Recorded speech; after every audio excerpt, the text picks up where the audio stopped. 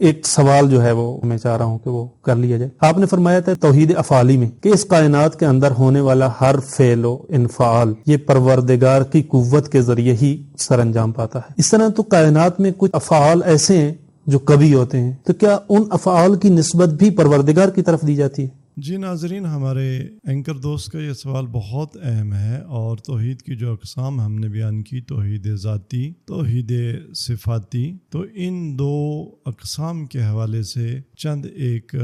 مزید مباحث ہیں جو مباحث اہل علم کے لیے ہیں. ان مباحث کی طرف ایک اشارہ ضرور میں کر دیتا ہوں. دیکھیں، ہم نے توحید ذاتی کے بیان میں یہ کہا کہ اللہ تبارک تعالیٰ کی توحید اور وحدت وسیعی ہے، عددی نہیں ہے، کیونکہ عددی اکائی وحدت عددی اس وقت تک تحقق نہیں پا سکتی، یا اس کا تصور تحقق نہیں پا سکتا جب تک کہ وہ ودن لمٹس نہ ہو. اور عددی اکائی چونکہ لمٹس کے ساتھ ہے، لمٹس کے حتمی اور ایسنشیل کنسپٹ اور ضروری تصور کے ساتھ ہے، لہٰذا علماء یہ فرماتے ہیں کہ اللہ تبارک تعالیٰ کی توحید عددی نہیں سیئی ہے. اگر عددی بھی ہو تو آپ ایک عدد کی لمٹس کو ڈی لمٹ کر دیں، یعنی اس کی لمٹس کو آپ ہٹا لیں، تو وہ آٹومیٹیکلی وہ اکائی وسعتوں میں بدل جائے گی. لہٰذا ممکن ہے یہ ذہن میں یہاں پہ سوال پیش آئے کہ اگر اللہ تبارک تعالیٰ کی وحدت سیئی ہے اور کائنات میں کوئی ظرف، کوئی وعاء، کوئی مکان، کوئی زمان ایسا نہیں جو حضور خدا سے خالی ہو ہو سکتا ہے یہاں پہ بہت ساری مباحث پیش آئیں کہ یہ عقیدہ ایسا کہیں وحدت الوجود تو نہیں ہے، کہیں وحدت الشہود تو نہیں ہے، کہیں شرک تو نہیں ہے، کہیں سنخیت تو نہیں ہے. یہ مباحث پیش آئیں گی یقیناً، اور شعرلی یہ مباحث ان سے کوئی مفر نہیں ہے. توحید کا اس سے ہٹ کر جو بھی تصور، وہ تصور اس کے اپنے ملزومات ہیں، وہ تصور جو حدود میں اور عرش و فرش کے فاصلے بناتا ہے، اور فرش پر کائنات اور عرش پر خدا، تو یہ دوسری طرف بھی ایسے لوازمات ہیں توحید کے کنسپٹ اور عقیدے کے کہ جن پر غور کی ضرورت ہے، جن کو حل کرنے کی ضرورت ہے. ہر طرف ایشوز ہیں، لیکن ان ایشوز کو ہم یہاں بیان نہیں کر سکتے. اور جو بیان توحید ذاتی کا ہم نے بیان کیا، وہ ایسا نہیں ہے کہ قرآن کریم کی آیات سے اور معصومین کی روایات سے کوئی اجنبی تصور ہو. کل شیء خالق الا وجہہ، هو الاول والآخر والظاہر والباطن، ما رأیت شیئا الا ورأیت اللہ قبلہ ومعہ، عمیت عین لا تراک علیہ رقیبہ. تو بہت ساری آیات و روایات ایسی ہیں جو اس تصور توحید کو جو ہم نے بیان کیا اس کی تائید کرتی ہیں، اور اس کے مقابلے میں بھی جو بھی تصور توحید پیش کیا جائے گا، وہ تصور توحید اپنی جگہ بہت سارے پرابلمز اور مسائل رکھتا ہوگا، اور اس کی جسٹیفیکیشن بہت سخت اور مشکل تر ہو جائے گی. لہٰذا اس بحث میں بہت زیادہ ہم نہیں پڑھتے، بس اتنا بتانا چاہیں گے کہ ہر انسان نے توحید کا ادراک کرنا ہے اپنے ظرف و ذہن کے مطابق، اور جس کا جتنا ظرف ہے اس کے ظرف میں اتنی ہی توحید آتی ہے. ہم بطور کلی اس بات کے قائل نہیں ہیں کہ اللہ تبارک تعالیٰ کی انسان معرفت حاصل نہ کر سکتا ہو، ہم معطلہ نہیں ہے، لیکن ایسا بھی نہیں ہے کہ کمال معرفت ہر انسان کو حاصل ہو سکے. یہ ہو ہی نہیں سکتا کہ ذات و صفات الہی کا کما حق و ادراک مخلوق کر سکے. لہٰذا کوئی نہ کوئی منزل ایسی آ جاتی ہے جہاں پہ عقل کی چھٹی ہو جاتی ہے. تو یہ ہر کسی کے ظرف کے مطابق اس نے توحید کا ادراک حاصل کرنا ہے. جتنا ظرف ہے اس ظرف کو ضرور بھرنا ہے معرفت پروردگار سے، اس میں کمی نہیں رہنی چاہیے. اس کے مطابق توحید کے ادراک کے لیے تگ و دو کرنا چاہیے. یہ ایک بات جو توحید کی پچھلی مباحث جو پیش کی گئیں ان کے تناظر میں پیش آ سکتی ہے، اور بعض ناظرین کے ذہن میں ممکن ہے یہ سوال ہو. اور اسی طرح سے توحید افعالی کے بیان میں بھی ہم نے عرض کیا کہ لا مؤثر فی الوجود الا اللہ. اس کائنات کا ہر فعل و انفعال توحید افعالی کا تقاضا یہ ہے کہ ہم اسے نہایتاً اور الٹیمیٹلی اس کو خداوند تبارک تعالیٰ کی طرف منسوب جانیں. تو یہاں پر دو بحثیں اس توحید افعالی کے تصور کے ساتھ بھی ریلیٹڈ ہیں، جن پر یہاں پہ پھر بات نہیں کی جا سکتی۔ میں صرف ایک تعارف اور ایک اشارہ اور اندیا دوں گا، لیکن اصل بات اپنے مقام پر ہوگی۔ ہمارے بعض کرم فرماؤں نے توجہ دلائی یہاں پر، اور جیسا کہ ابھی ہمارے اینکر کے سوال میں آیا کہ اگر کائنات کا ہر فعل و انفعال ایٹ دا اینڈ اور الٹیمیٹلی فعل خدا ہے، تو پھر یہ کائنات میں جو آفتیں ہیں، جو شر ہیں، وہ کس کی طرف منسوب ہیں؟ اس کائنات میں آیا کوئی دو خدا ہیں کہ ایک خدا فاعل خیر ہو اور دوسرا خدا فاعل شر ہو، یا ایک ہی خدا ہے اور وہ کبھی فاعل خیر ہوتا ہے اور کبھی فاعل شر ہوتا ہے، کبھی نیکیاں اس کائنات میں پھیلاتا ہے تو کبھی آفات اس کائنات میں اور مصیبتیں بھیجتا ہے؟ تو یہ ایک سوال ہے جو بجا ہے اپنی جگہ پر، اور ایک اور سوال جو یہاں پہ ایجاد ہوتا ہے توحید افعالی کے تناظر میں، وہ یہ کہ اگر ہر فعل و انفعال کا فاعل ایٹ دا اینڈ خدا ہے، تو پھر یہ جنگ و جنایات جو اس کائنات میں، یہ جو جرم ہے، یہ جو گناہ ہے، تو نعوذ باللہ کیا اس گناہ کا، اس جرم و جنایت کا فاعل کیا خدا ہے اور انسان بری الذمہ ہے؟ تو یہ دو بحثیں۔ پہلی بحث کا عنوان جو علم کلام میں اس کو شرور یا آفات کی بحث کہا جاتا ہے، ظاہر ہے اس کا اپنا مقام ہے اور الگ بحث ہے، اور اسے فلسفہ شرور کے تحت اور آفتوں اور بلاؤں کے فلسفے اور اس کی حکمت کے تحت بیان کیا جاتا ہے۔ اور جہاں تک جنگ و جنایات، جرم و جنایات کا تعلق ہے، تو اس بحث کو عدل الہی کی بحث میں اس بحث کو پیش کیا جاتا ہے، اور ظاہر ہے وہ الگ بحث ہے عدل الہی کی۔ تو ہم ان دو مباحث کو بھی اپنے مقام پر موقول کرتے ہیں، جیسا کہ پہلی بحث کو جو کہ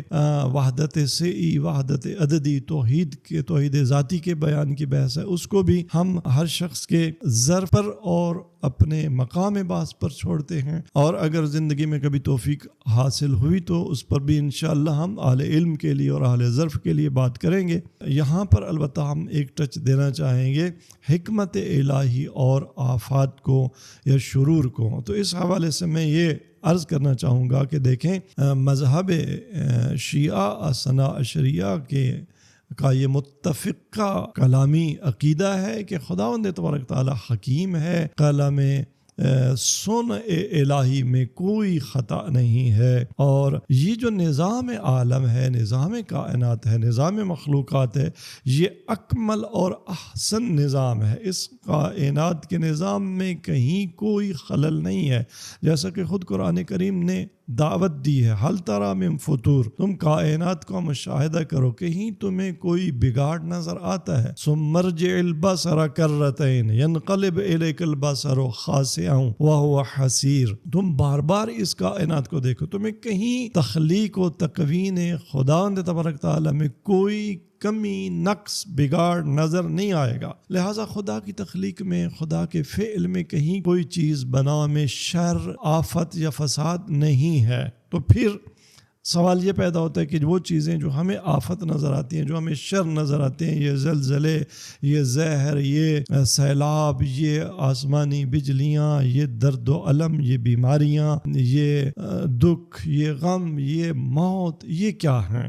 تو کیا ان کا فاعل خدا ہے؟ اور اگر فاعل خدا ہے تو یہ پھر کیسے ان کو جسٹیفائی کیا جا سکتا ہے خدا کی حکمت کے میں؟ یہ کیسے جسٹیفائی ہوتی ہیں یہ چیزیں؟ تو اس پر ہم ایک مختصر اشارہ کریں گے۔ دیکھیں، جب ہم اس کائنات کی ان آفات اور شرور کو، جنہیں ہم آفت اور شرور دیکھتے ہیں، مثال کے طور پہ زہر ہو، زلزلے ہوں، سیلاب ہوں، آسمانی بجلی کا گرنا ہو، درد ہو، رنج ہو، بیماریاں ہوں، تو یہ نظام کلی عالم میں یہ سب خیر ہیں۔ وہ زہر جو سانپ کے منہ میں اور اس کی زبان پر ہے، وہ سانپ کے لیے اور اس کائنات کی بے شمار موجودات کے لیے اس کا ہونا ضروری ہے، وہ نہ ہو تو نظام عالم میں خلل ہوگا۔ وہ زلزلہ اگر نہ آئے تو نظام عالم میں خلل ہوگا، وہ سیلاب نہ آئے تو نظام عالم میں خلل ہوگا، وہ بجلیاں ان کی کسک نہ ہو، ان کی چمک نہ ہو، گرج نہ ہو تو یہ نظام عالم جو ہے وہ ناقص ہوگا۔ تو اپنے مقام پر اس کائنات کی ہر چیز ٹھیک ہے، بجا ہے، اور کوئی انسان، کوئی سائنسدان، کوئی کائنات کا مطالعہ کرنے والا کسی چیز کے وجود کو ان اٹ سیلف فی حد ذاتی ہی اس کو باطل اور غلط اور بے سود یا مضر ثابت نہیں کر سکتا۔ ہاں، انسانی زندگی کے ساتھ جب ان کا ریلیشن بنتا ہے تو انسان کے لیے درد و الم لاتی ہیں،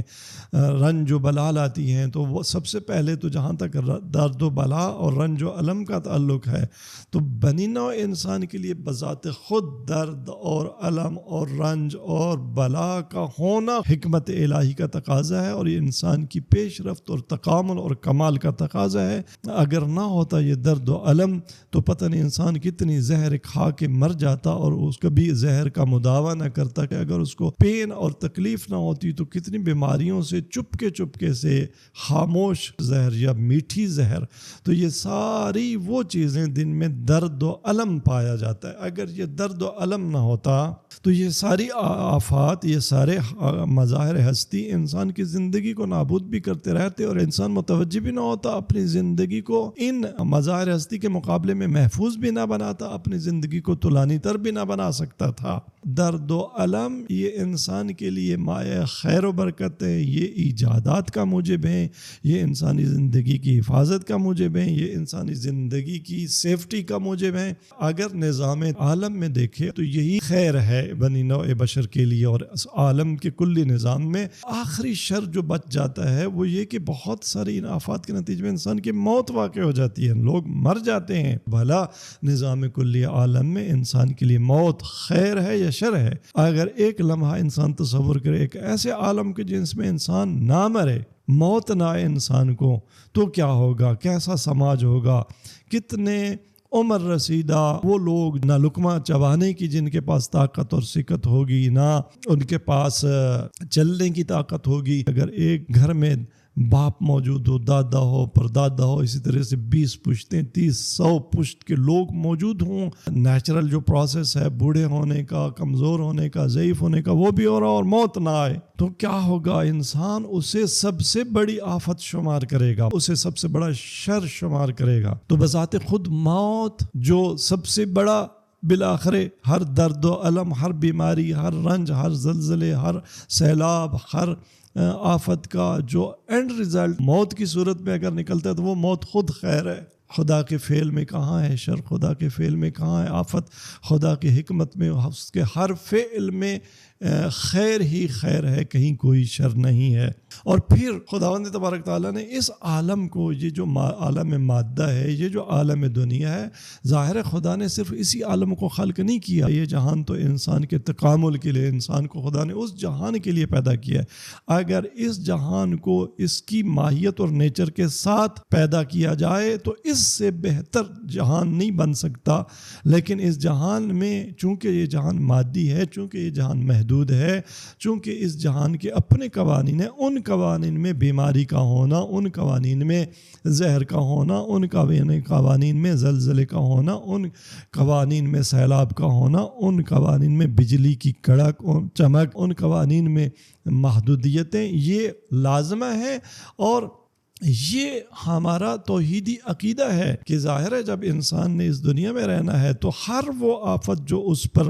کائنات کی محدودیت اور اس کی نیچر کی وجہ سے آتی ہے، تو خداوند تبارک تعالیٰ نے اس مصیبت کو، اس رنج کو، اس بلا کو جس پر انسان صبر کرتا ہے، اسی کو بھی خیر بنا دیا ہے، اس لیے کہ اس کو مایہ اجر و ثواب و پاداش بنا دیا ہے، اور اس پہ خداوند تبارک تعالیٰ انسان کو اتنا اخروی اجر و پاداش دے گا کہ وہ انسان تمنا کرے گا کہ اے کاش جس چیز کو میں آفت سمجھتا تھا دنیا میں، وہ چونکہ خیر تھی اور اس کا خیر والا جو رخ ہے وہ ابھی میرے سامنے آیا، اے کاش یہ اس مصیبت، یہ رنج و الم کچھ اور زیادہ ہو جاتا تاکہ میں آخرت میں اور زیادہ خیر پا لیتا، اور زیادہ سعادت پا لیتا۔ بس اب تک کا جو توحید کا بیان گزرا وہ توحید ذاتی ہو، وہ توحید افعالی ہو، وہ توحید عبادی ہو، وہ توحید صفاتی ہو، اس کا بیان اس میں کہیں کوئی ایسا خلل نہیں ہے جو خداوند تبارک تعالیٰ کی حکمت، خداوند تبارک تعالیٰ کی قدرت، خداوند تبارک تعالیٰ کی مشیت پر کوئی اعتراض بن سکے اور کوئی اس میں منفی نقطہ ڈھونڈا جا سکے۔ سبحان اللہ عما یصفون، یہ جو خیر و شر کو خدا کی طرف نسبت دینا اور خدا کو فاعل شر خدا نخواستہ قرار دینا اور آفات اور بلیات کو خدا کی حکمت کے خلاف قرار دینا، یہ کوتاہ فکری ہے۔ خداوند تبارک تعالی منزہ اور پاک ہے ہر شر سے، ہر نقص سے اور ہر اعوذ باللہ جرم و جنایت سے۔ اگر کہیں جرم و جنایت ہے تو اس کا فاعل انسان ہے، اس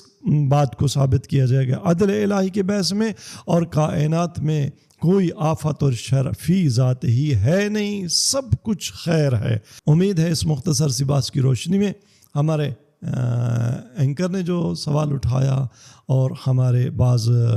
ناقد ناظرین نے سوال اٹھایا، اس کا کچھ نہ کچھ جواب مل گیا ہوگا، اور باقی جواب انشاءاللہ اپنے محل اور مقام پر۔ والسلام علیکم ورحمۃ اللہ وبرکاتہ۔